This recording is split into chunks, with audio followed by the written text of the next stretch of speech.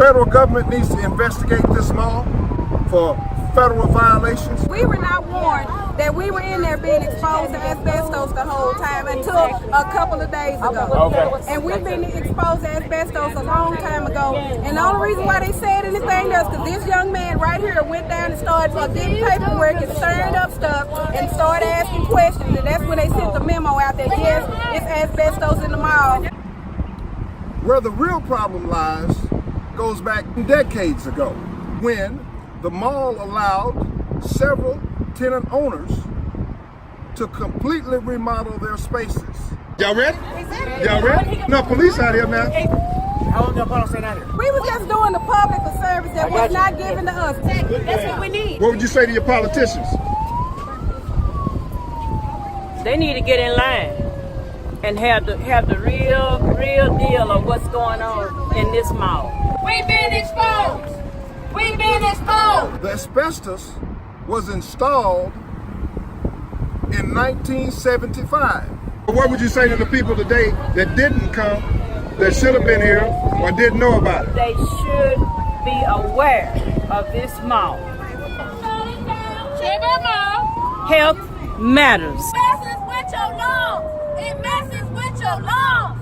EPA regulations clearly define that in 1973, asbestos was banned by the federal government. And in 1975, they implemented another full ban to ban the further installation. So today, Mr. Peter Brosnick lied on you. Yes, he did. Said that you on a month-to-month, and you know I that. have proof that I have a contract. Thanks a joke. Further details indicate to me that they skirted the law is based on the letters that Lisa Long wrote to her tenants, where she described in those two letters that they were built in 1970. We were exposed.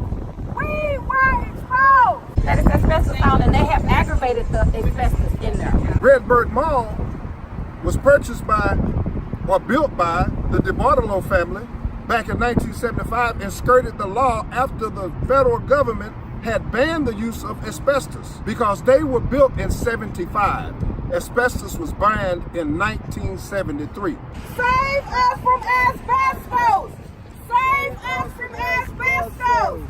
Save us from asbestos. You can't get rid of asbestos with people in the mall. Danger! Danger! Redoing their space, and they're pulling up tiles, and they're messing with the walls, and it's already asbestos on the ground. Ain't that exposure? Danger! Danger!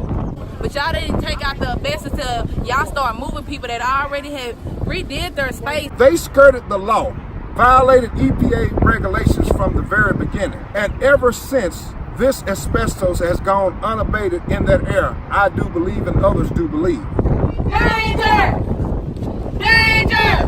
Remodeled their space and already exposed themselves to it and didn't even know they exposed themselves to it. I can't breathe! I can't breathe! I can't breathe! I've been in the hospital 4 times since I was working at Redbird Mall. We need them shut down. Shut it down! Shut it down! I bet you the owner kids won't go in there. Our lungs matter! Our lungs matter! I bet you the owner ain't putting his kids in that danger. Danger! Danger! But he'll let us come in there and get exposed to it. So let's shut them down. We were exposed to asbestos! We were exposed to asbestos! That's what we doing. Shut it down! Shut it down!